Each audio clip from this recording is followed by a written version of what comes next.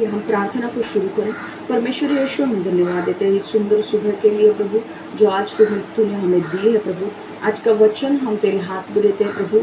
हम तेरी उपस्थिति में आज आते हैं प्रभु, तेरे तुझसे कुछ सुनने के लिए प्रभु। परमेश्वर, हम चाहते हैं प्रभु तेरी इच्छा को तू प्रकट कर, और परमेश्वर तू हमें बता हमें कैसे जीना चाहिए प्रभु। परमेश्वर, मैं मांगती हूँ प्रभु कि जैसे हम इकट्ठा हो रहे हैं प्रभु, तेरी उपस्थिति को जोरों से आने दे, अभिषेक से इस मंडली को भर प्रभु, और परमेश्वर इनके जीवन में कार्य कर प्रभु। परमेश्वर, मैं मांगती हूँ प्रभु इनके जीवन से तू महिमा ले प्रभु। हर एक अंधकार की चीज़ इनके जीवन से नष्ट हो जाए प्रभु। इनके जीवन से प्रभु तो महिमा ले प्रभु। मैं मांगती हूँ प्रभु जो वचन आज आने वाला है प्रभु, वो सिर्फ हमारे हृदय में ही नहीं जाए, पर हमारे अंदर कार्य करे जीवन में, और 100 गुना फल ले आए प्रभु। मैं मांगती हूँ प्रभु इस वचन को क्लैरिटी से आने दे प्रभु। मेरे जीभ के ऊपर नियंत्रण रख प्रभु, और सिर्फ वही वचन मेरे मुंह से निकलने दे जो तू चाहता है प्रभु। परमेश्वर, हम मांगते हैं प्रभु सारे जो लोग हम सुनने वाले हैं इस वचन को, हम तेरे हाथ में उनको देते हैं प्रभु। यूट्यूब पे जो लोग सुनने वाले हैं उनको भी हम तेरे हाथ में देते हैं प्रभु। हम मांगते हैं उनके जीवन में बहुतायत से कार्य कर प्रभु, इनके जीवन में ये वचन को लागू करे और इस वचन पर चले प्रभु। परमेश्वर, हमें सिर्फ वचन को सुनने वाला नहीं बनना है, पर वचन पर चलने वाला बनना है प्रभु। परमेश्वर, हमें ताकत दे, हमें अनुग्रह दे प्रभु, क्योंकि हम वचन पर अपने बल से, अपने सामर्थ्य से नहीं चल सकते प्रभु। हमें तेरे अनुग्रह की ज़रूरत है प्रभु। हमें तेरे अनुग्रह से भर प्रभु, कि हम जो वचन आज सुनने वाले हैं प्रभु, वो हम हृदय में ही नहीं लेंगे, पर उसके जीवन में हम लागू करेंगे और जीवन में आगे बढ़ेंगे प्रभु। यीशु के नाम से मांगते हैं, आमीन आमीन आमीन आमीन। आइए हम सब लोग वचन की ओर जाते हैं।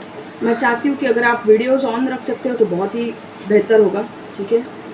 प्लीज़ अपने अपने वीडियोज़ ऑन रखिए, thank you so much. Please आप ऑफ मत कीजिए, क्योंकि मुझे रिएक्शन चेक करने होते हैं, आपको समझ में आ रहा है कि नहीं, ओके।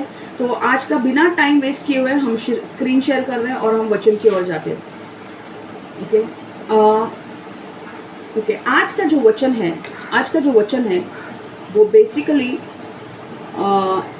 आज का जो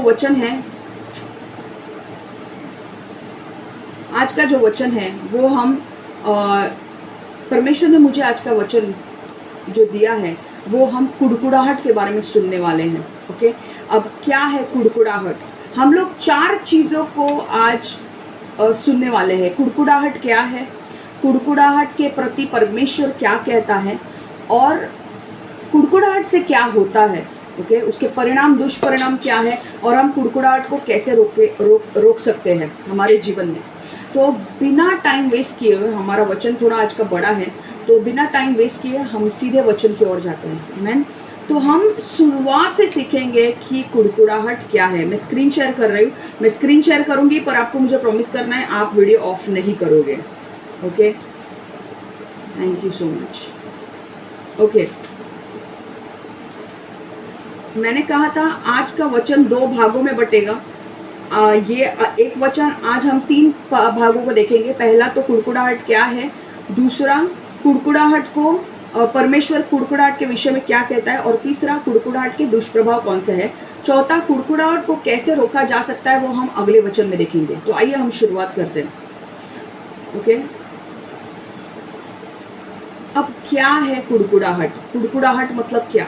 कुड़कुड़ाहट मतलब इंग्लिश में बोलते हैं ग्रम्बलिंग, और हिंदी में बोलते हैं कुड़कुड़ाहट।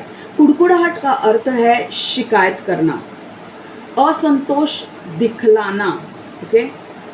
ग्रम्बलिंग का मीनिंग है मटर ऑफ डिस्कंटेंट, कंप्लेनिंग। अब कुड़कुड़ाहट का अर्थ ये है कि बार बार कुछ भी हो जाए शिकायत करना, असंतोष दिखलाना। अब सिंपल सी बात है, जब आपको जो चीज़ आपको चाहिए अगर वो आपको मिलती है, आप खुश हो जाते हो, आपके अंदर आपको अच्छा फील होता है, तो आप उस चीज़ के लिए शिकायत करोगे क्या? कभी नहीं शिकायत करोगे। अगर आपको एक पेन चाहिए और वो पेन आपको मिल गया तो आप शिकायत करोगे? बिल्कुल शिकायत नहीं करोगे। पर जब आपको जो पेन चाहिए जब वो नहीं मिलता है तो आप शिकायत करना शुरू कर देते हो। हमारे जीवन में बहुत सारी चीज़ों से हम कुड़कुड़ाहट करते हैं, कंप्लेनिंग, शिकायत करते हैं, और मैं आपको बोल रही हूँ ये कुड़कुड़ाहट अच्छी बात नहीं है, ओके। हमारे जीवन में जब कभी भी हम स्ट्रगल से, दुख, कष्ट, पीड़ा से गुजरते हैं, डिस्करेजमेंट से, निराशा से गुजरते हैं, तकलीफों से गुजरते हैं, पीड़ा, कष्ट, दुख, स्ट्रगल, सफरिंग, पेन, डिस्करेजमेंट से जब हम गुजरते हैं, एक सवाल हम सबके मन में आता है और वो सवाल है, मेरे साथ ये क्यों हो रहा है? आमेन। क्या ये सबको सवाल नहीं आता? आमेन। मैं सबके चेहरे देख रही हूँ, मुझे सब दिख रहे हैं। आमेन। आपको पहला सवाल आएगा, मेरे साथ ये क्यों हो रहा है? क्यों मैं ही उससे गुजर रही हूँ? मैं क्यों गुजर रहा हूँ इसमें से? दूसरे लोगों को मैं जब देखता हूँ उनका लाइफ तो अच्छा है, मेरा लाइफ ही इतना क्यों बेकार है? और आप क्या करते हो? बड़बड़ाने लगते हो, कुड़कुड़ाने लगते हो, शिकायत करने लगते हो आपके जीवन से। कई बार आप प्रार्थना कर रहे हो किसी चीज के लिए, ओके, और वो चीज को आने में देर लग रही है। 1 साल हो गया, 2 साल हो गया, 3 साल हो गया, 4 साल हो गया, वो चीज आपको मिल ही नहीं रही है और परमेश्वर आपको परख रहा है, पर आपके अंदर वो धीरज अभी खत्म हो रहा है और आप क्या करने शुरू कर देते हो? आप कुड़कुड़ाना शुरू कर देते हो, आप शिकायत करना शुरू कर देते हो। आपका नेचर, मैं सिर्फ आपके लिए नहीं बोल रही हूँ, ये मेरी भी हैबिट है। कई बार मैं भी गलत कर जाती हूँ ये, ओके। पास्टर्स लोग भी मनुष्य है, ओके, वो स्वर्ग से आए हुए नहीं है भाई। हाँ, मेरे से भी गलती होती है, पर आज जो वचन हमें आ रहा है, हमें इससे सीखना है कि हमें कुड़कुड़ाना नहीं है, ओके।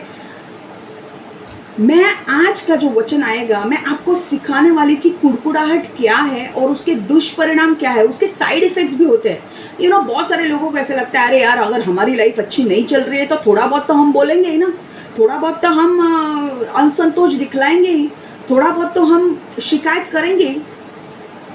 आपको पता है, आपकी थोड़ी बहुत शिकायतें आपके जीवन में बहुतायत से दूसरी चीज़ों को लेकर आ सकती है, संकटों को लेकर आ सकती है, दुष्परिणामों को लेकर आ सकती है। कई बार लोग बोलते हैं, अरे वो तो हमारा सेकंड नेचर है। नॉर्मली लोगों का सेकंड नेचर होता है। अगर बस नहीं मिली, कुड़कुड़ाहट शुरू, टैक्सी नहीं मिली, कुड़कुड़ाहट शुरू, जो चीज़ चाहिए, अरे हम काम कर रहे हैं, लाइट गया, कुड़कुड़ाहट शुरू, मोबाइल फोन मेरा बिगड़ गया है, मेरे को दूसरा लेना है, मेरे पास पैसे नहीं है, कुड़कुड़ाहट शुरू, लैपटॉप नहीं मिल रहा है मुझे, कुड़कुड़ाहट शुरू। मेरा कभी कभी तो हमारे इंस्ट्रूमेंट्स खराब हो जाते हैं, कुड़कुड़ाना शुरू। आप ध्यान में रखो, कितनी बार अगर एक दिन में अगर आप नोट करोगे कितनी बार आप कुड़कुड़ाते हो, तो आपको समझ में आएगा कि पूरा दिन आप कुड़कुड़ाते रहते हो। बहुत कम बार ऐसा होता है कि आप परमेश्वर को धन्यवाद देते हो। मैं आज ये क्यों बोल रही हूँ? क्योंकि आपको पता है, बहुत सारे लोगों को ऐसा लगता है, अरे कुड़कुड़ाहट से क्या होता है, कुड़कुड़ाहट तो सब लोग करते हैं। पर मैं आपको आज बताना चाहती हूँ कि कुड़कुड़ाहट एक पाप है। कुड़कुड़ाहट करना एक पाप है और उसके दुष्परिणाम है, उसके साइड इफेक्ट्स है। जब आप शिकायत करते हो तो आपके जीवन में, मैं आपको बोल रही हूँ, आप जब शिकायत करते हो, आपके जीवन में 3 प्रकार की कुड़कुड़ाहट के वजह से दुष्परिणाम हो सकते हैं। 3 प्रकार, जब आप कंप्लेन करते हो तो आपके जीवन में 3 प्रकार के साइड इफेक्ट्स हो सकते हैं। एक तो आपकी मौत हो सकती है, दूसरी आपके जीवन के बहुत से क्षेत्र में पीड़ा से गुजर सकते हो। आपके जीवन में बहुत सारे एरियाज में आप तकलीफ से गुजरोगे अगर आप कुड़कुड़ाहट कर रहे हो, शिकायत कर रहे हो। तीसरी चीज, आपके जीवन में शांति, खुशी, आनंद निकल जाएगा और निराशा, दुख, कष्ट, पीड़ा, बीमारी का सामना आपको करना पड़ेगा। जब आप कंप्लेनिंग करना शुरू कर देते हो, शिकायत करना शुरू कर देते हो, चाहे वो किसी भी चीज के लिए हो, आपके लाइफ को लेकर हो या कोई भी चीज हो, आपके उसके परिणाम होते हैं, कुड़कुड़ाहट के परिणाम होते हैं। और उसके 3 परिणाम ये है कि आपकी स्टील, किल एंड डिस्ट्रॉय, आपकी मौत हो सकती है, आपको बहुत सारे आपके क्षेत्र, आपके जीवन के क्षेत्र में पीड़ा से गुजरना पड़ सकता है और आपके जीवन से शांति, सुख, आनंद निकल जाएगा। निराशा, दुख, कष्ट, पीड़ा और बीमारी का आपको सामना करना पड़ेगा।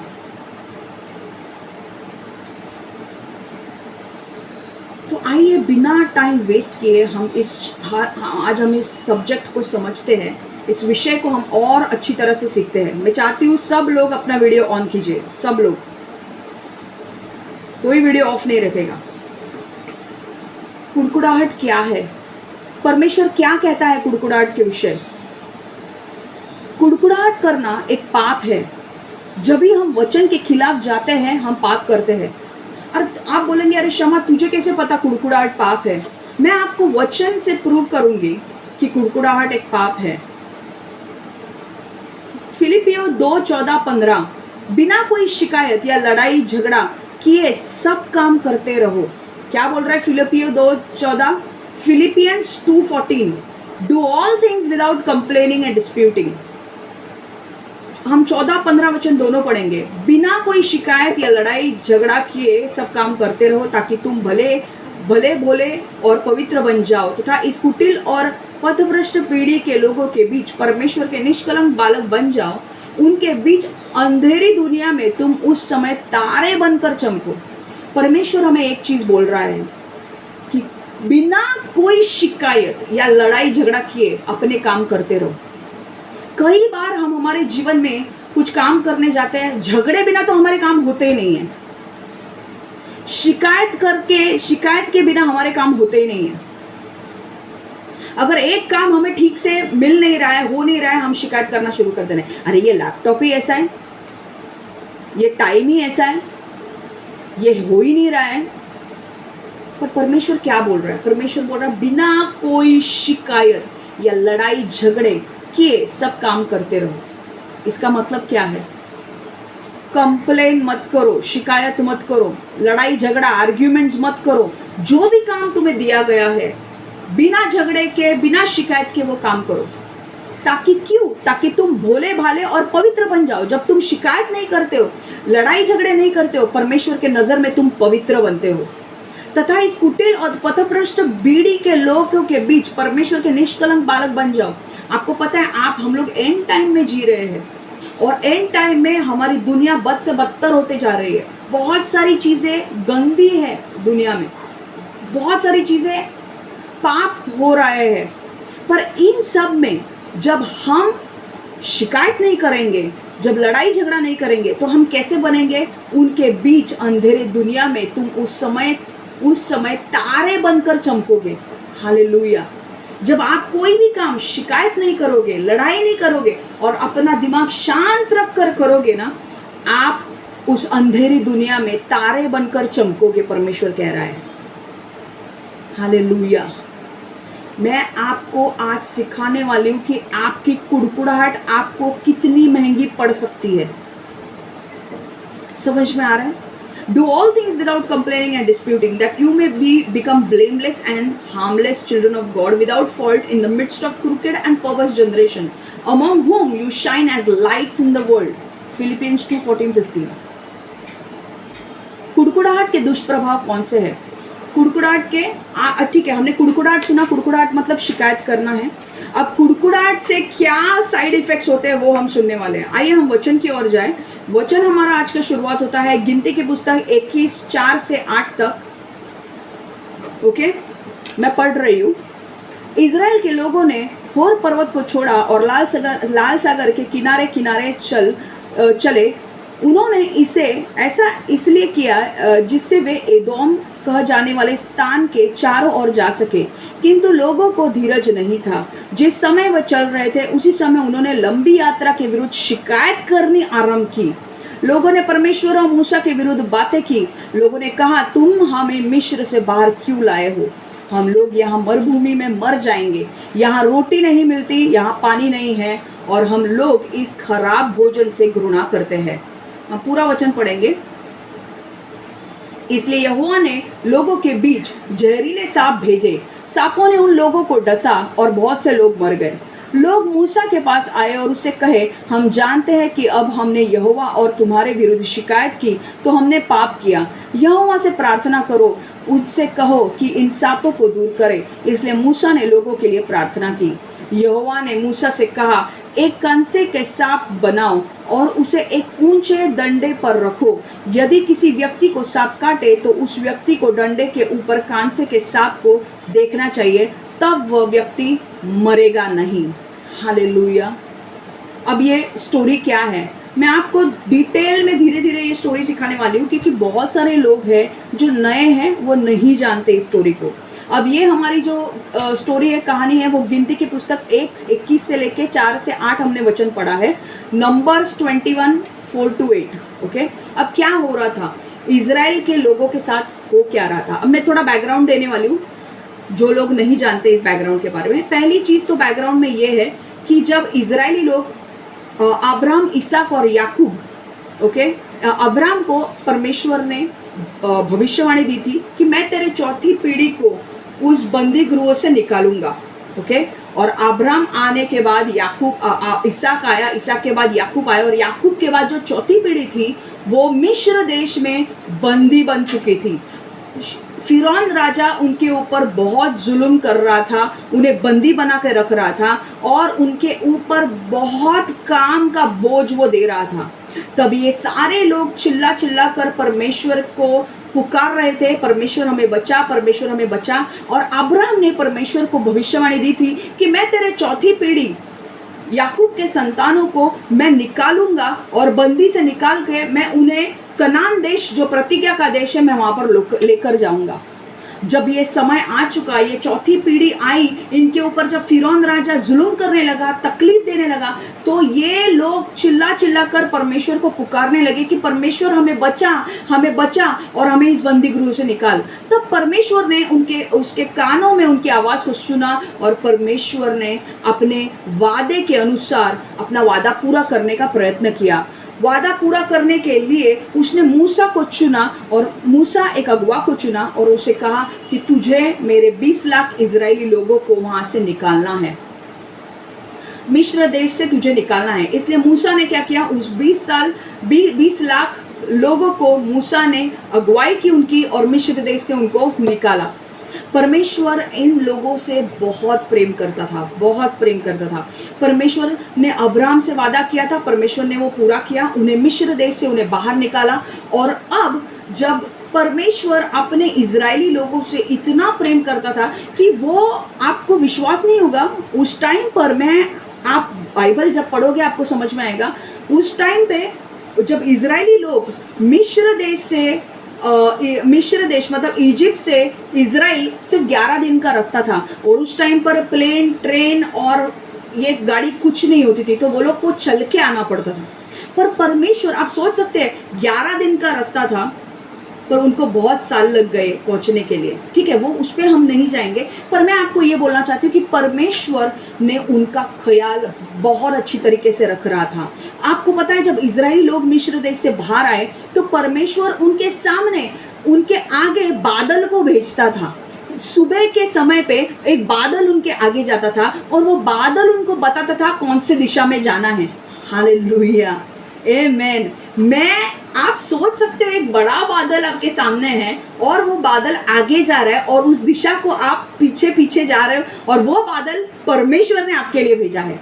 और एक बड़ी बात यह है कि शाम के समय, रात के समय परमेश्वर जानता था कि बादल सुबह ठीक है उनको दिख सकता है, रात को ये कैसे देखेंगे, इसलिए आग के पुतले को उनके आगे भेजता था। आप सोच सकते हो, इजरायली लोगों को वो आग का पुतला दिखता था, वो देखकर वो उसके पीछे चलते थे। वो आग का पुतला रात के टाइम पर उन्हें रोशनी देता था, ताकि वो कहीं गिरे पड़े नहीं, और रोशनी में चलकर वो अपने जहाँ पे मकसद में परमेश्वर उनको लेकर जाना चाहता है वहां पर जाए। और आपको सबसे बड़ी बात ये है, क्या आप सोच सकते हो आग का पुतला आपके आगे जा रहा है? आपको लगेगा मैं जोक कर रही हूँ, आप बाइबल पढ़ो, ये सच है। बादल आपके सामने, जब आप आज खिड़की खोल के देखो, जब आप बादल देखते हो, उस टाइम पर वो बादल, बड़ा सा बादल था, वो उनके आगे जाता था और वो उन्हें गाइड करता था। और आपको सबसे बड़ी बात मैं बोल रही हूँ, उस बादल के अंदर, उस आग के अंदर परमेश्वर की उपस्थिति थी। परमेश्वर खुद उसमें रहकर उसके बच्चों के ऊपर नजर रखता था। आपको क्या लगता है वो बादल कैसा ही था? सिर्फ बादल था, आग का पुतला था? वो आग के पुतले में, वो बादल में परमेश्वर की उपस्थिति थी और परमेश्वर खुद उनके साथ जाता था। और स्वर्गदूतों को तो भेजा था वो अलग, उनकी मदद करने के लिए। आपको पता है, जब ये पता है परमेश्वर परमेश्वर ने इजरायली लोगों को जब वहां से मिस्र देश से निकाला तो सिर्फ 11 दिन का रास्ता था मिस्र देश से इजराइल जाने के लिए, पर परमेश्वर ने जानबूझकर उन्हें लंबे रास्ते से लाया ताकि जब वो लंबे रास्ते से आए तो किसी से उन्हें लड़ने की जरूरत ना पड़े। क्योंकि अगर इजराइल ये देश ऐसा था, ये कमजोर देश था, वहाँ के लोग उन्हें स्किल्स नहीं थे लड़ाई करने के, क्योंकि वो हमेशा बंदी गृह में रहे थे। लड़ाई क्या है, कैसे करनी, उनको पता नहीं थी। और परमेश्वर जानता था कि अगर मैं उनको 11 दिन के शॉर्टकट से अगर लेकर आऊं तो वहां पर बड़े बड़े दानव लोग हैं जिनसे उन्हें लड़ाई करनी पड़ेगी, और जब अगर उन्हें लड़ाई करनी पड़ेगी वो लड़ नहीं पाएंगे और डर के मारे वापस मिस्र देश में भाग जाएंगे। इसलिए परमेश्वर ने कहा मैं उन्हें लंबे रास्ते से लेकर आऊंगा ताकि उन्हें किसी के साथ लड़ना नहीं पड़े, वो डरे नहीं, और मैं उन्हें प्रतिज्ञा के देश में लेकर आऊं। देखो कितना प्रेम परमेश्वर करता था। आज भी कई बार आपके जीवन में परमेश्वर लॉन्ग कट ले रहा है, बहुत टाइम लग रहा है आपके जीवन में कुछ चीजें होने के लिए, बट परमेश्वर की भलाई है उस प्लान्स में भी। परमेश्वर नहीं चाहता था इजरायली लोग दानों से लड़े, क्योंकि अगर वो डर गए, उन दानों के साथ हार गए, वो वापस मिस्र देश पे चले जाएंगे। और परमेश्वर नहीं चाहता था कि मेरे लोग बंदी गृह में रहे। पर हम लोग परमेश्वर के प्लान्स को समझते नहीं हैं और उस प्लान्स को हम पूरे नजरिए से नहीं देखते हैं। थोड़ा सा भी तकलीफ आई, थोड़ी सी भी परेशानी आई कि हम कुड़कुड़ाहट करना शुरू कर देते हैं। परमेश्वर की इतनी बड़ी योजना थी कि मुझे मिस्र देश से निकाल कर मेरे इजरायली 20 लाख लोगों को कनान देश में लेकर जाना है, जो देश वहां पर दाख मधु और दूध से बहता है। इसका मतलब क्या है, वो देश इतना उपजाऊ देश था कि वहां पर किसी चीज की कमी नहीं थी। वो अपने हिसाब से रह सकते थे। अब तुम्हें जो करना है वो कर सकते हो, तुम्हें किसी चीज की कमी नहीं होगी, तुम्हें किसी के बंदी में रहने की जरूरत नहीं होगी, तुम्हारा खुद का वो देश होगा।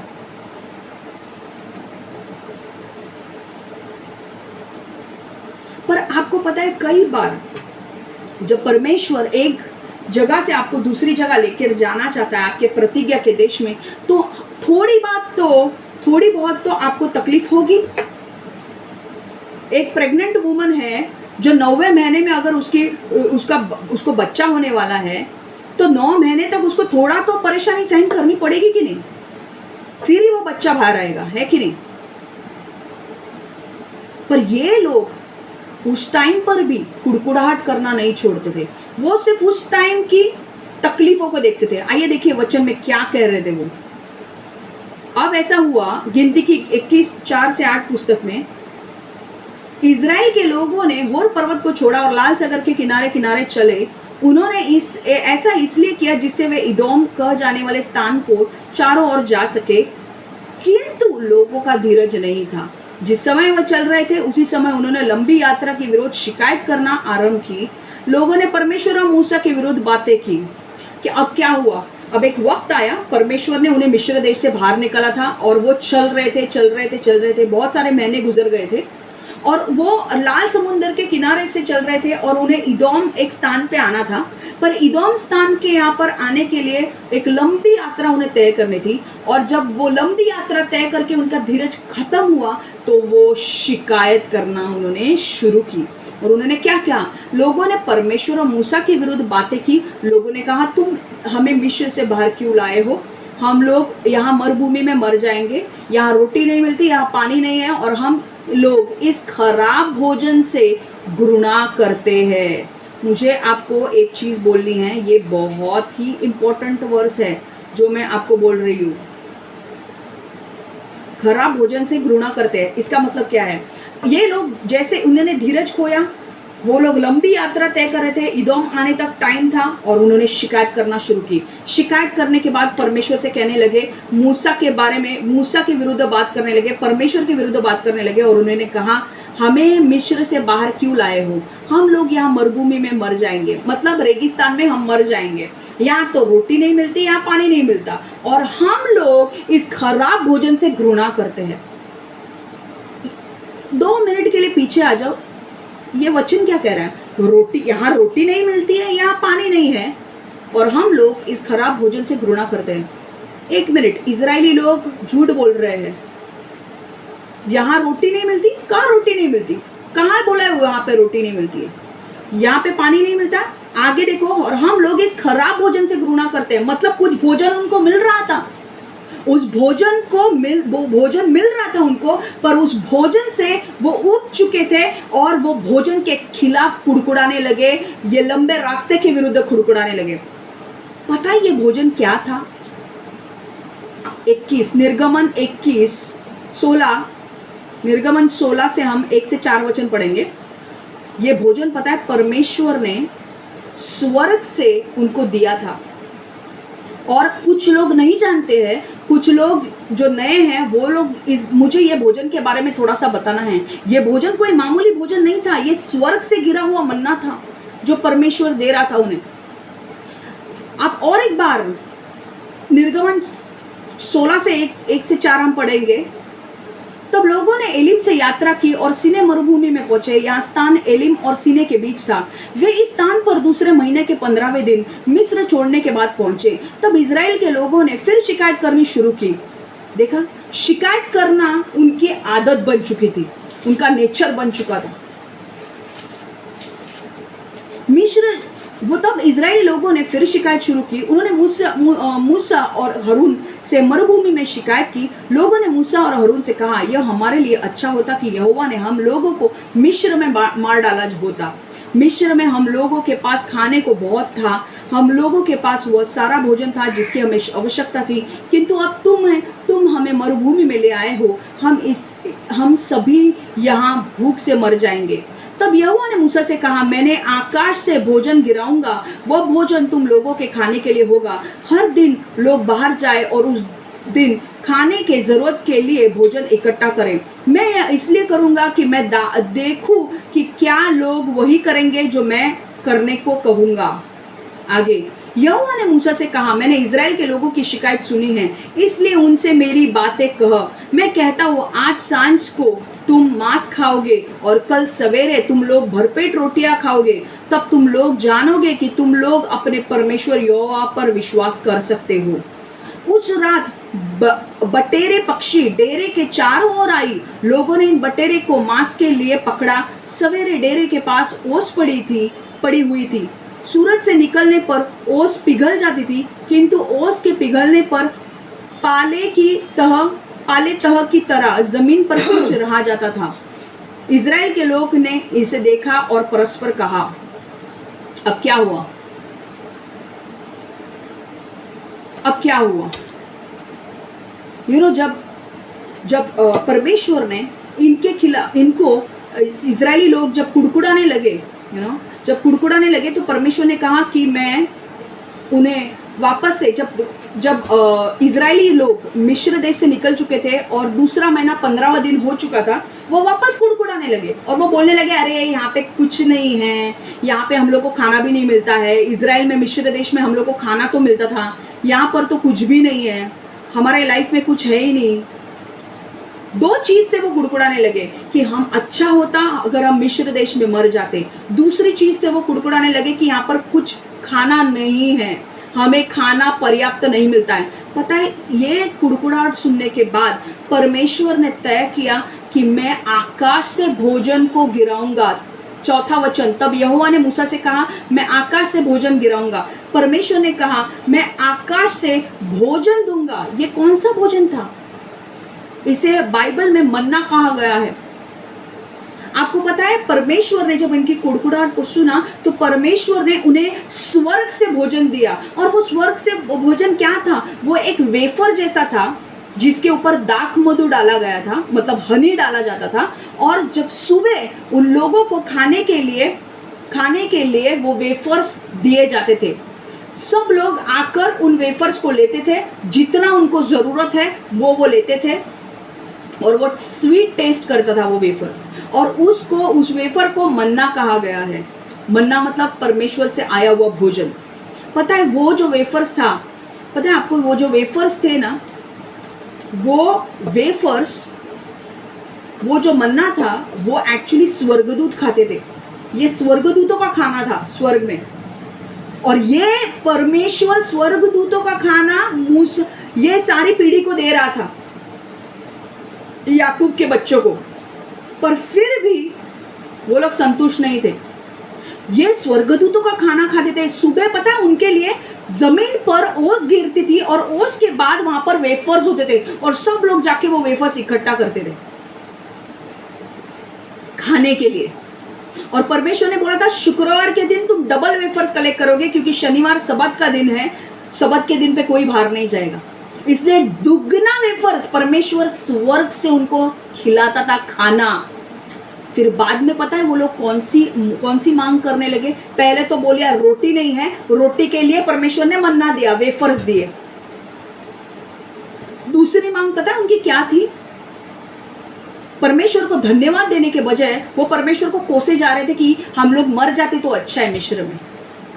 कई बार हम लोग का भी वैसे ही होता है ना, हम यीशु में आने के बाद हमारे अटैक्स बढ़ जाते तो हम लोग बोलते हैं अरे पुराना ही जीवन अच्छा था। पर आपको क्या पता यीशु में आपको स्वर्ग मिलने वाला है। पुराना जीवन नरक में जाते आप, पर यीशु में आने के बाद सबसे गहरा परसिक्यूशन आपको जाना पड़ता है। क्यों? क्योंकि आपको स्वर्ग मिलने वाला है। वैसे ही इजरायली लोगों के साथ हो रहा था, उन्हें कनान देश मिलने वाला था, पर कनान देश तक जाने तक उनके अंदर जो तकलीफें सहने की ताकत नहीं थी, शिकायत करने की ताकत बहुत थी उनको। दूसरा पता है उन्होंने शिकायत क्या की? पहले तो रोटी नहीं मिलती है, दूसरी शिकायत ये थी कि हम लोग वहां पे एटलीस्ट मांस खाते थे। मिस्र देश में एटलीस्ट मांस खाने को मिलता था, यहाँ पे क्या है पता है? परमेश्वर ने क्या किया? परमेश्वर ने बोला मैंने तुम्हारे शिकायतों को सुन लिया है। देखो यहोवा ने मूसा से कहा मैंने इजराइल के लोगों की शिकायत सुनी है, इसलिए उनसे मेरी बातें कहा। मैं कहता हूँ आज सांझ को तुम मांस खाओगे और कल सवेरे तुम लोग भरपेट रोटियां खाओगे, तब तुम लोग जानोगे कि तुम लोग अपने परमेश्वर यहोवा पर विश्वास कर सकते हो। पता है उन्होंने क्या किया? परमेश्वर ने उस रात बटेरे पक्षी डेरे के चारों ओर आई। लोगों ने इन बटेरे के मांस के लिए पकड़ा। सवेरे डेरे के पास ओस पड़ी होती थी, सूरज के निकलने पर ओस पिघल जाती थी, किंतु ओस के पिघलने पर पाले की तह की तरह जमीन पर कुछ रह जाता था। ये क्या था? ये रोटी रहती थी। आपको पता है परमेश्वर ने क्या किया? परमेश्वर ने दो चीज की। पहले तो बोला परमेश्वर ने कि मैं ओस को गिराऊंगा, जब ओस निकल जाएगी, ड्यू ओके, जब ड्यू निकल जाएगा, ओस निकल जाएगी, तो मैं वेफर्स की तरह वो रोटियां उनको दूंगा। उसे कहा है मन्ना, वो उससे पेट भरेंगे। और परमेश्वर ने कहा सुबह उससे पेट भरेंगे, शाम को अगर उनको कुछ अलग खाना है ना, ठीक है, वो बोल रहे हैं ना मांस के लिए। परमेश्वर ने क्या किया पता है? उसने क्वेल, इंग्लिश में क्वेल करके बर्ड है, हिंदी में बटेरे कहा जाता है, वो पक्षी है, बटेरे के झुंड को भेजा वहां पर, और उन्होंने बटेरे को मार कर उसका मांस वो लोग शाम को खाते थे। इतना दयालु परमेश्वर था, इतना उनसे प्रेम करता था, और फिर भी ये लोग की शिकायत कभी कम नहीं हुई। अभी ये मैंने आपको बैकग्राउंड इसलिए दिया है ताकि आप समझे परमेश्वर ने इनके लिए कोई कमी नहीं रखी थी। अब हम वापस से उस वचन में जाएंगे, वापस से गिनती 21 और हम 5वां वचन देखेंगे। लोगों ने परमेश्वर और मूसा के विरुद्ध बातें की। लोगों ने कहा तुम हमें मिस्र से बाहर क्यों लाए हो? हम लोग यहाँ मरुभूमि में मर जाएंगे, यहाँ रोटी नहीं मिलती, यहाँ पानी नहीं है, और हम लोग इस खराब भोजन से घृणा करते हैं। कौन से भोजन की बात हो रही थी यहाँ पे?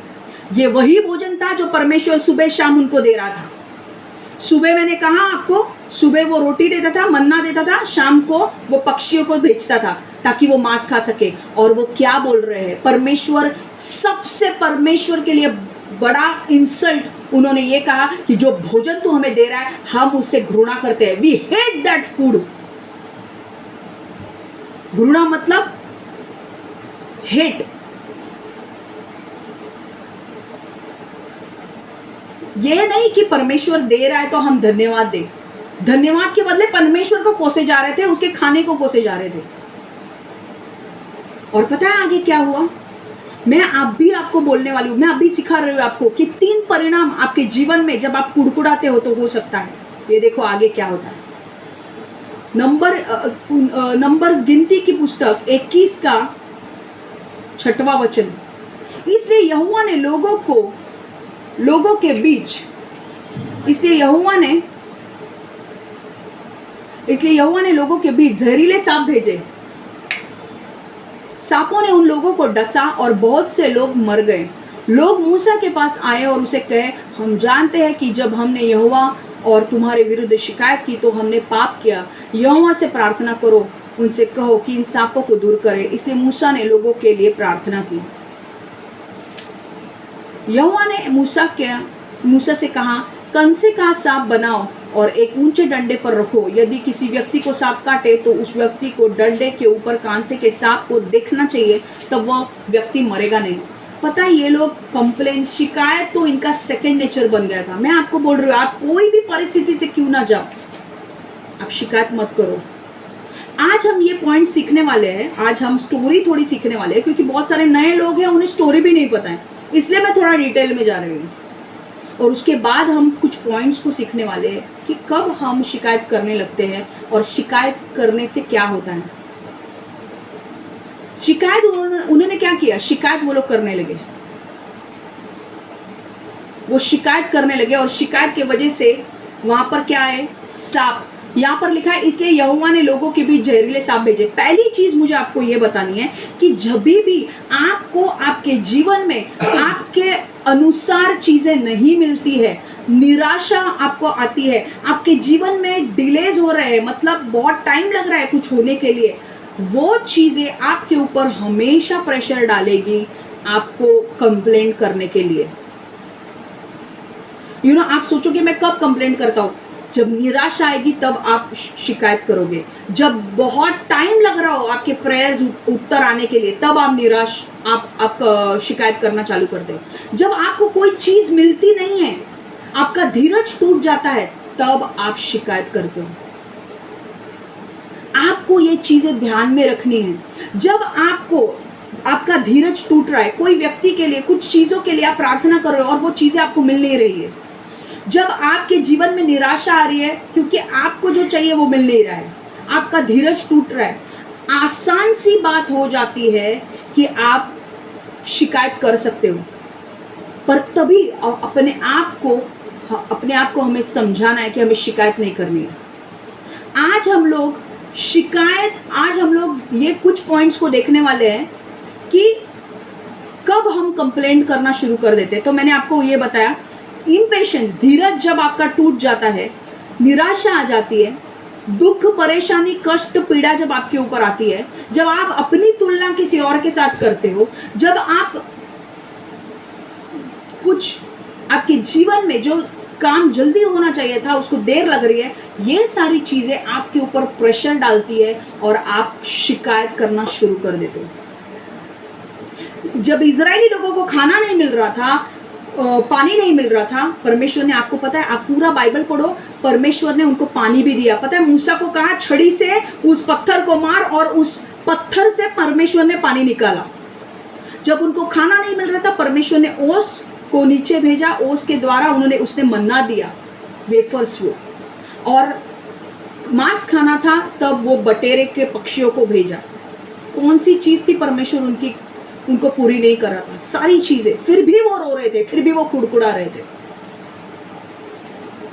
क्या होता है, यही चीज आपके जीवन में होती है। जब उनको खाना पीना नहीं मिल रहा था, उनको पानी, ऐसा वो बोल रहे हैं, उनको पानी नहीं मिल रहा है, उनको खाना नहीं मिल रहा है, इसलिए वो कुड़कुड़ाहट करने लगा। लंबा रास्ता मुझे चलना है, अरे यार मुझे बहुत, लाल समुद्र से इदोम तक चलना है, अब मैं थक गया हूँ, कुड़कुड़ाना शुरू।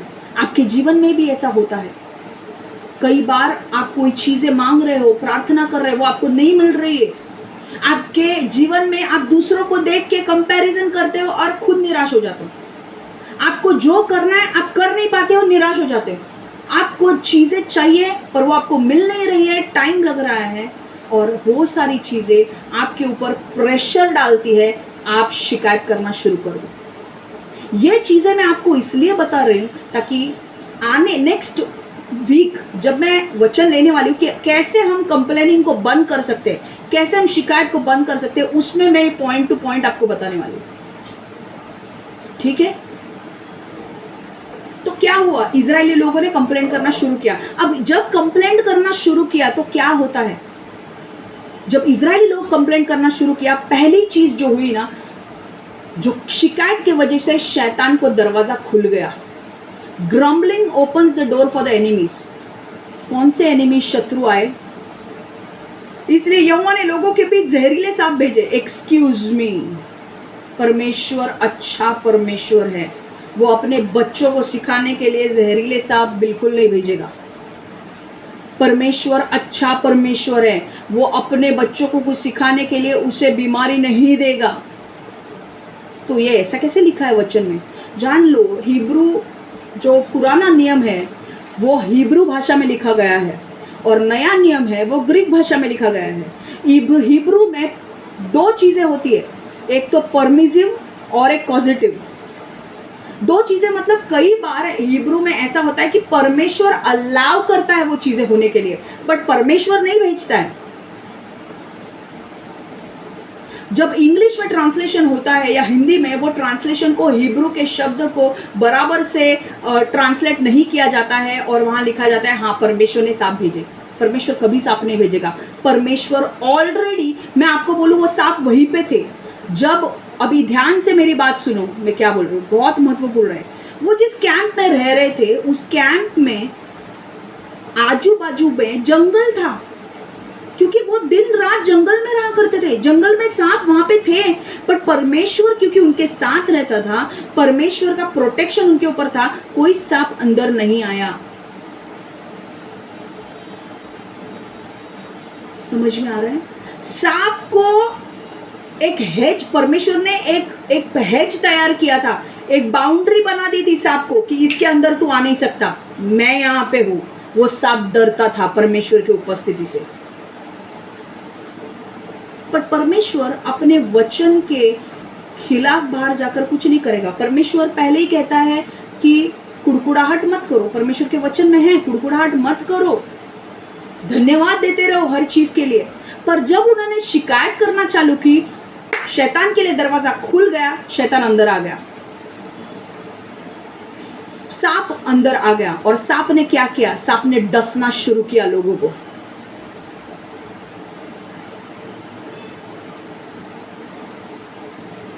दूसरी चीज, जब आप कुड़कुड़ाते हो, आप जब शिकायत करते हो, आप शैतान के लिए दरवाजा खोल देते हो। शैतान, ये सांप किसको दर्शाता है? शैतान को, और शैतान के सारे जो इविल स्पिरिट्स है उनको, दुरात्मा को, इविल स्पिरिट्स को।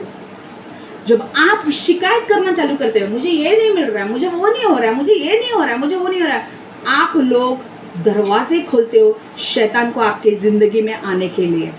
पता है, और शैतान क्या करता है? 3 चीजें आराम से वो करने जाता है। यूहन्ना 10:10 कहता है, वो खून करता है, नाश करता है और वो चोरी करता है। वो खून, आपका खून करेगा। कैसे? जब सांप आए, सांप को डसना चालू किया लोगों को और काफी सारे लोग मर गए।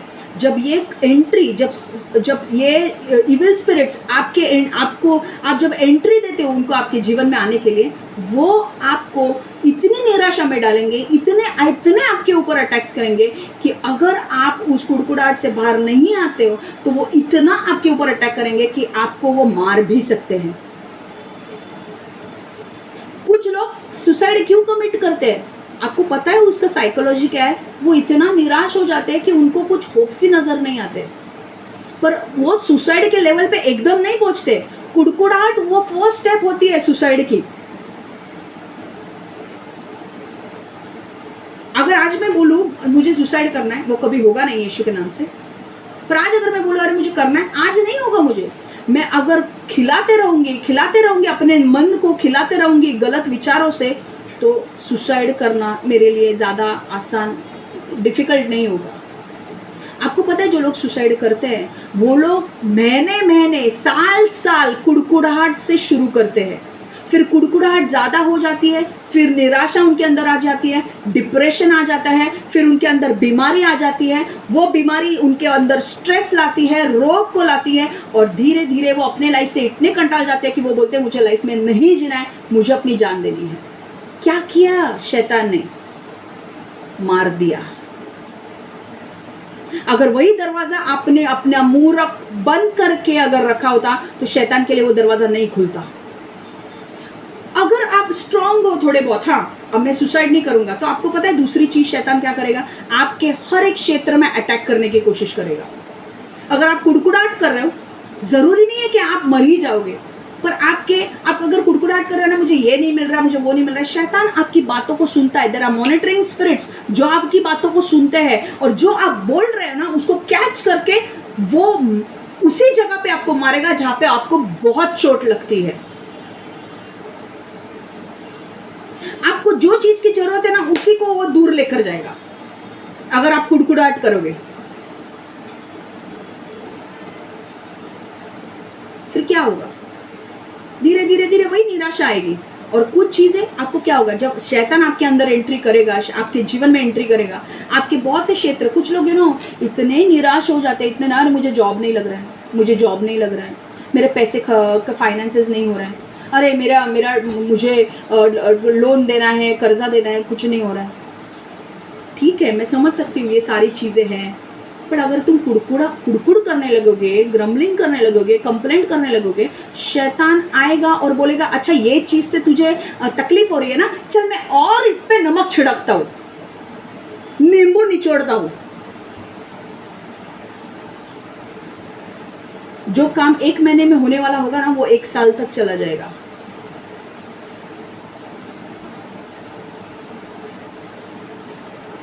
बीमारी, रोग, बीमारी आपके अंदर आएगी, वो आपको मार डालेगी। आपके अंदर से शांति, आनंद निकल जाएगा, निराशा आपके अंदर आ जाएगी। दूसरी चीज, जब आप कंप्लेंट करते हो तो ध्यान में रखो, कंप्लेंट करने के वजह से ये दिखता है, जब आप शिकायत करते हो तो ये दिखता है कि आप परमेश्वर के चरित्र के ऊपर आप हमला करते हो। क्यों? क्योंकि जब आप कंप्लेन करना शुरू कर देते हो, वो दिखाता है कि आप परमेश्वर के ऊपर आप विश्वास नहीं रखते हो कि परमेश्वर आपको जो चाहिए वो आपको देगा उसके टाइम पर। समझ में आ रहा है? और वो आपकी सिचुएशन को बदल सकता है।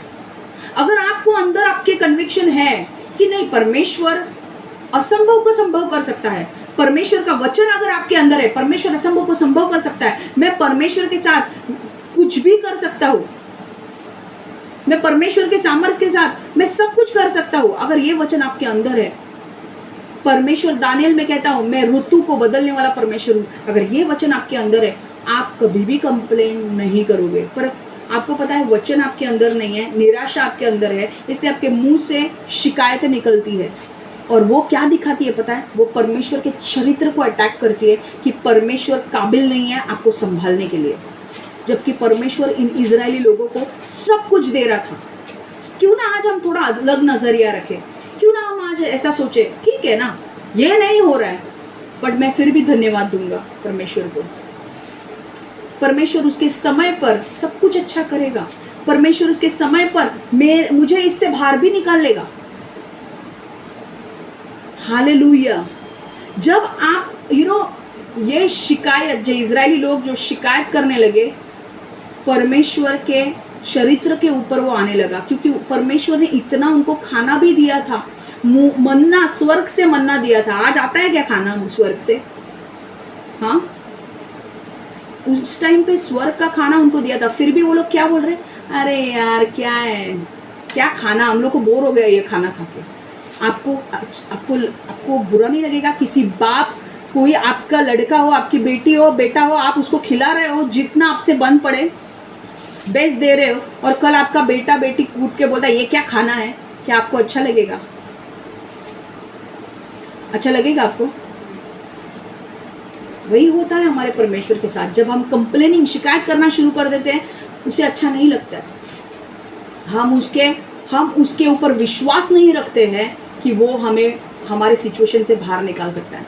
जब आप शिकायत करने लगते हो तो और एक चीज होती है, आप उसी करंट पेन जो आपको हो रहा है ना, आपके ऊपर अभी जो तकलीफ आ रही है उसी के बारे में आप सोचते हो, पर आप ये नहीं सोचते हो कि अरे यार परमेश्वर ने एक बड़ा प्लान हमारे लिए रखा है।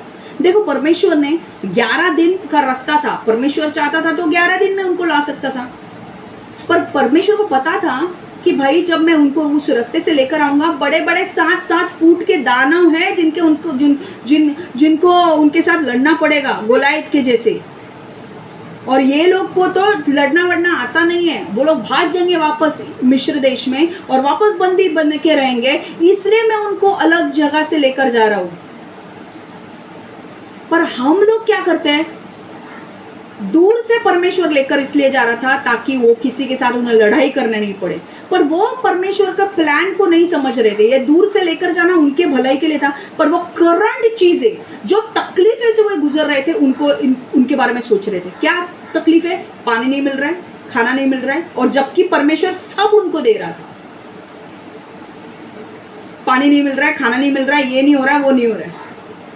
करंट पिक्चर, अभी करंट तकलीफ क्या है मेरे को? अरे मेरे को ना अभी जॉब नहीं है। अरे जॉब नहीं है, परमेश्वर अभी नहीं है, उसका समय आने वाला है तेरे को जॉब देने का, और वो पहले से बेहतर जॉब तुझे लगेगा और ज्यादा सैलरी का जॉब लगेगा तुझे।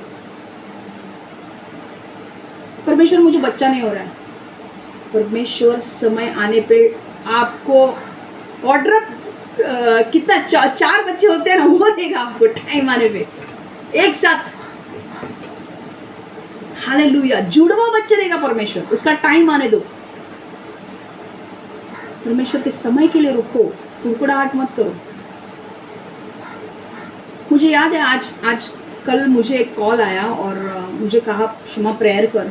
वो उसी लड़की का कॉल था जब हमने प्रार्थना शुरू की थी, हमारे फर्स्ट टाइम हमने हॉल में प्रार्थना शुरू की थी, और वो लड़की आई थी और उसने बोला मुझे 4 साल से बच्चा नहीं है। मुझे याद है उसको हम लोग ने उसके ऊपर प्रेयर किया था, उसने गवाही दी थी चर्च में। आज उसका 9वां महीने का डिलीवरी हो गया और उसे लड़की जन्मी है।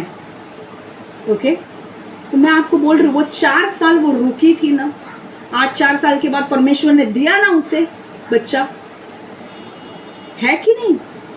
सभी समय की चीजें हैं प्यारो लोगों। कई बार परमेश्वर के समय के लिए रुको, घाई मत करो, और बिगर पिक्चर देखो, बड़ा चित्र देखो, एक छोटा चित्र मत देखो। अभी ये है, परमेश्वर सब कुछ देखता है।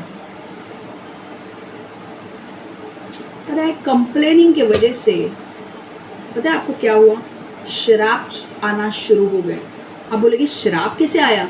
जब इजरायली लोग कंप्लेन करने शुरू कर दिए इजरायली लोगों ने, तो पता है सांप आने लगे। ये सांप कैसे आए मेरे को बताओ। ये कैंप में ये लोग रह रहे थे, वो रोज ही जंगल से निकलते थे, रोज जंगल से निकलते थे। वो जंगल के अंदर सांप बिच्छू सब होते थे, फिर भी उनके कैंप में एक बिच्छू नहीं, एक सांप नहीं। क्यों? परमेश्वर की उपस्थिति थी। पर जब वो शिकायत करने लगे तो दरवाजा खुल गया शैतान के लिए, और परमेश्वर का जो सुरक्षिता का हाथ था वो निकल गया। मैं एक बात बोलूं, परमेश्वर हमसे प्रेम करता है। परमेश्वर अपने बच्चों को कुछ सिखाने के लिए कभी भी सांपों को नहीं भेजेगा कि तू डस फिर उनको समझेगा, नहीं। यहाँ पे लिखा है वचन में सांपों को भेजा, पर मैं आपको बोल रही हूँ एक्चुअल में हिब्रू अगर लैंग्वेज में देखा जाए, वहां पे कहा था परमेश्वर ने सांपों को अलाउ किया आने के लिए, आने के लिए अनुमति दी। क्यों? क्योंकि ये लोगों ने वचन के खिलाफ काम किया, ये लोग कंप्लेंट करने लगे। परमेश्वर ने कहा था अगर तुम कंप्लेंट करोगे, मेरा प्रोटेक्शन का हाथ जो है, मेरा सुरक्षिता का हाथ जो है वो उड़ जाएगा, और मैं वो निकल आएंगे, वो आ जाएंगे। उनको पता चला सांपों को कि परमेश्वर की उपस्थिति इनके ऊपर से निकल चुकी है, हम अंदर आ सकते हैं।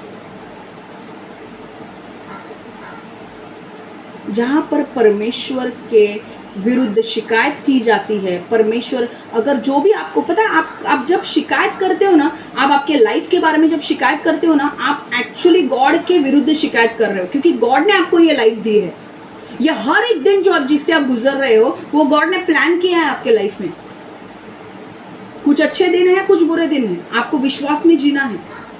पर जब आप कंप्लेन करना शुरू कर देते हो, परमेश्वर अपना सुरक्षिता का हाथ निकाल लेगा और शैतान को आराम से एंट्री मिल जाएगी अंदर आने के लिए। वही हुआ, परमेश्वर ने नहीं भेजा था वो सांपों को, सांप पहले से ही वहां पे थे।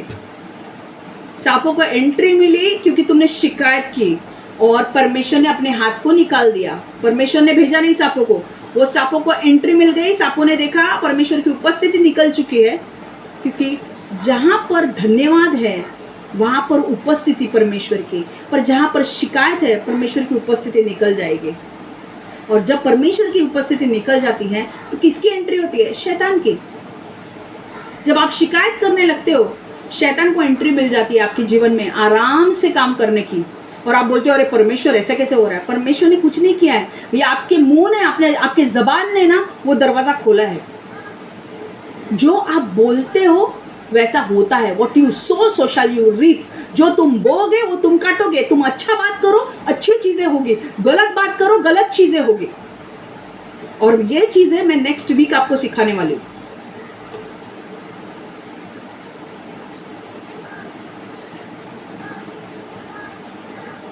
अच्छा ओके, एक बोनस पॉइंट सीखना है आपको। ओके, यहोवा ने मूसा से कहा एक कंसे के साथ। अब इजरायली लोग डर गए भाई, अभी क्योंकि मुझे ये वचन कंप्लीट करना है, मैं 5 मिनट में आपको सिखा रही हूँ। है रेडी? आप सब लोग रेडी है सुनने के लिए? आपको आज सीखना है।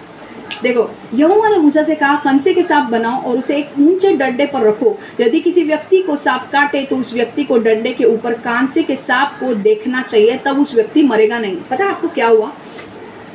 जब मूसा जब ये लोग को समझ में आ गया भाई हम लोग ने, देखो 6वां वचन, इसलिए यहोवा ने लोगों के बीच जहरीले सांप भेजे। जो यहोवा ने नहीं भेजे थे, प्रोटेक्शन निकल गया, वो सांप आए। सांपों ने उनको लोगों को डसा और बहुत से लोग मर गए। मैंने आपको सिखाया, लोग मूसा के पास आए और उससे कहे हम जानते हैं कि जब हमने यहोवा तुम्हारे विरुद्ध शिकायत की तब हमने पाप किया।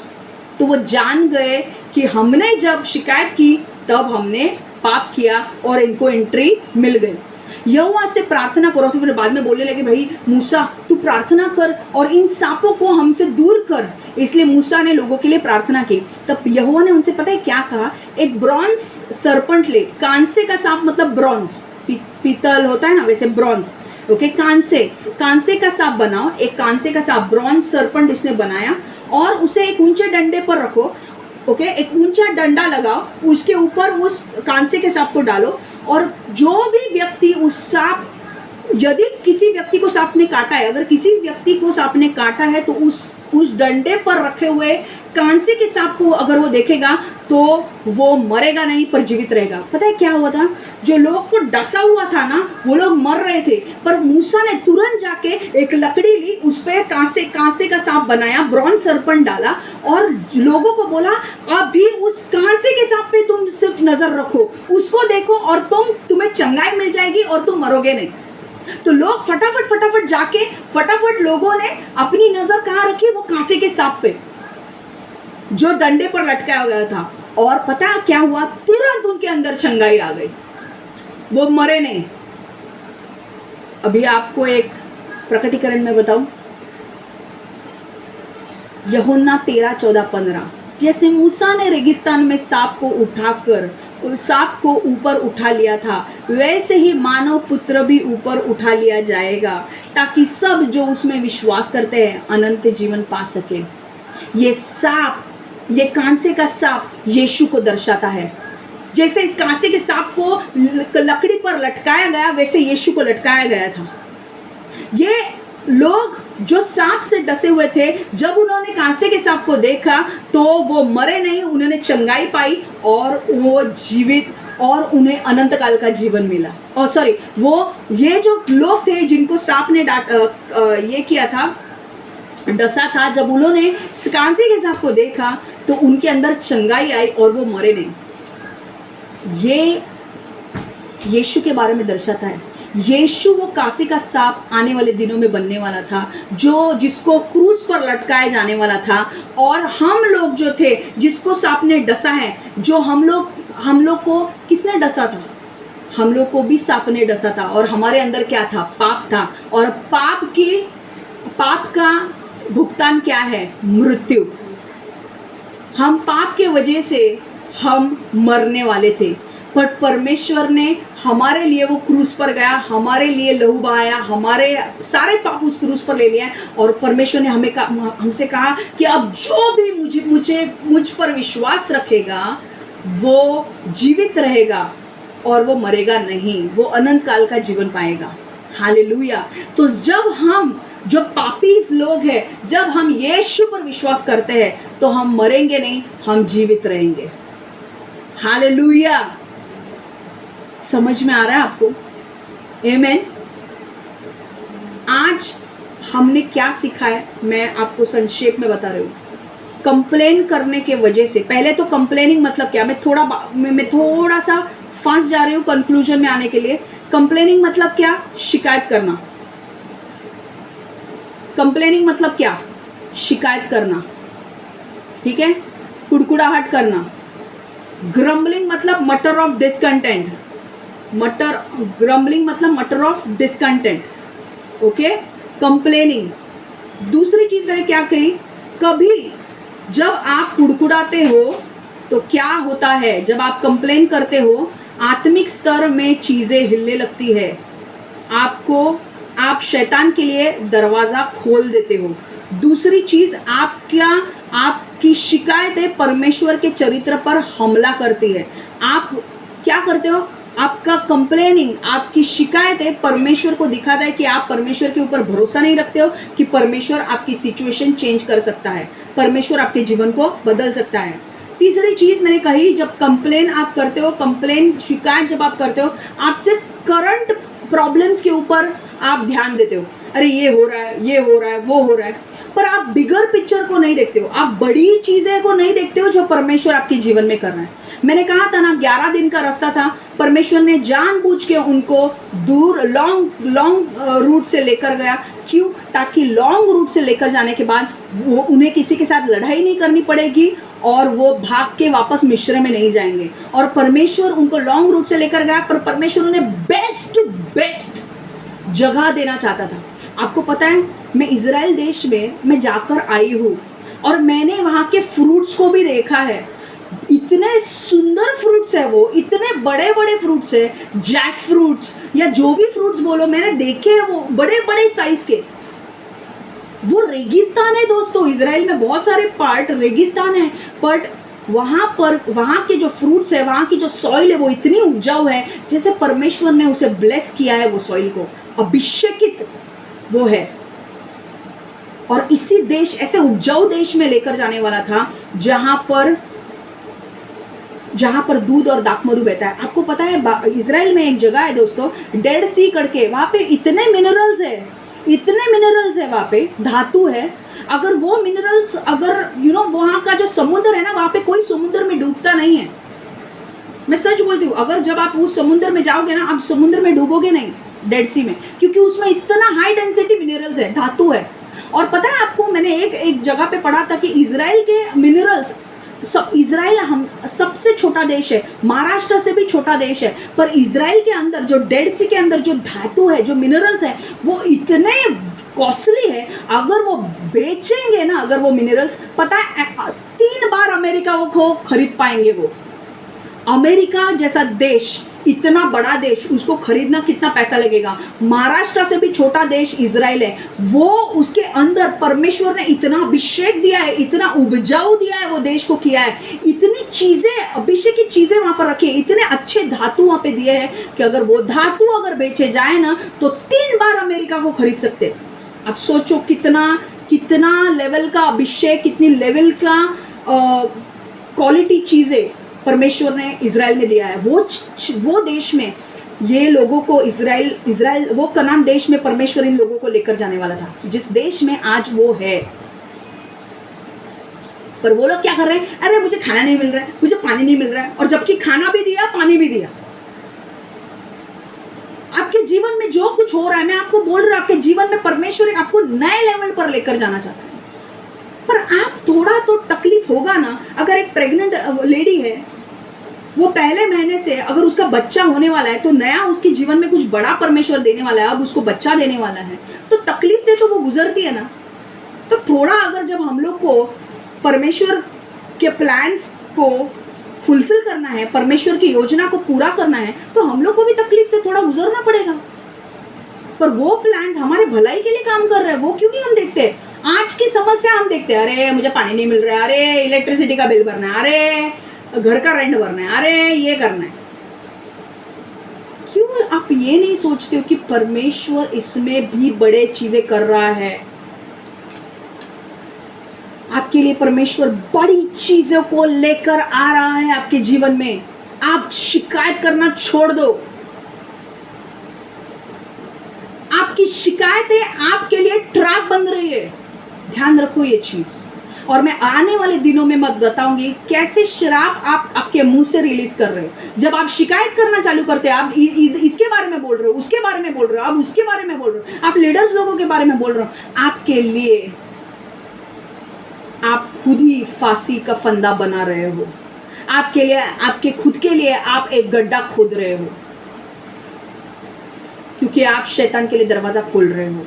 और मैं नेक्स्ट वीक आपको समझाने वाली हूँ कि हमें ये शिकायत करना कैसे बंद कर सकते हैं हम। मैं समझ सकती हूँ कि आप बहुत तकलीफ में हैं, मैं समझ सकती हूँ कि आपको बहुत प्रॉब्लम्स हो रहे हैं, पर शिकायत करने के बगैर भी हमारे पास सोल्यूशन है। परमेश्वर ने हमें सोल्यूशन दिए हैं हमारे प्रॉब्लम्स के ऊपर, उस सोल्यूशंस के ऊपर, उस प्रॉब्लम्स के ऊपर। वो सोल्यूशंस क्या है मैं नेक्स्ट वीक बात करने वाली हूँ। आमेन। मैं प्रार्थना कर रही हूँ अब। परमेश्वर यीशु मैं धन्यवाद देती हूँ प्रभु, इस वचन को हम इधर ही समाप्त कर दे। परमेश्वर आज हमने सुना है कि हमें शिकायत नहीं करनी है प्रभु, और परमेश्वर हम इस वचन को गंभीरता से लेने वाले हैं। हम हमारे हृदय में इस वचन को लेने वाले हैं और हमारे जीवन में इस वचन को लागू करने वाले हैं कि आने वाले दिनों में, आज से लेके आने वाले दिनों तक परमेश्वर हम शिकायत नहीं करेंगे। परमेश्वर जो भी चीज़ हमें करनी है, हम बिना शिकायत किए, बिना लड़ाई किए हम वो चीज़ को पूरा करेंगे। परमेश्वर जो तूने हमारे लिए मकसद रखा है, हम बड़े पिक्चर को देखेंगे, हम बड़ी चीज़ों को देखेंगे जो तूने हमारे लिए रखा है। हम शिकायत के बदले हम धन्यवाद देना सीखेंगे। परमेश्वर हमें पता है कि प्रभु आज भी तू जो भी चीज़ें, आज जिस चीज़ से हम गुजर रहे हैं, हम जानते कि वो बहुत बड़ी है, बहुत तकलीफ दे रही है, पर हमें ये भी विश्वास है रोमियो 8:28 में कि तू हर चीज़ में भलाई उत्पन्न करता है और तू हर चीज़ों में भलाई उत्पन्न करने वाला है। और परमेश्वर हमारा विश्वास है आने वाले दिनों में हम बड़ी बड़ी बड़ी चीज़ें देखने वाले हैं। परमेश्वर हम विश्वास करते हैं कि कई बार जब अटैक्स आते हैं वो हमें नीचे गिराने के लिए नहीं होते, पर हमें ऊपर लेकर जाने के लिए होते हैं। हम धन्यवाद देते हैं प्रभु कि परमेश्वर तू हर एक चीज़ जो शैतान हमारे बुराई के लिए योजना कर रहा है, तू हर एक चीज़ को हमारे भलाई के लिए बदल रहा है प्रभु। यीशु के नाम से हम मांगते हैं प्रभु, हमें अनुग्रह दे, ताकत दे, हमें सामर्थ्य दे कि हम सारी कठिन परिस्थिति से गुजर सके बिना शिकायत किए प्रभु। यीशु के नाम से हम मांगते हैं। Amen, amen, amen. God bless you all. Take care.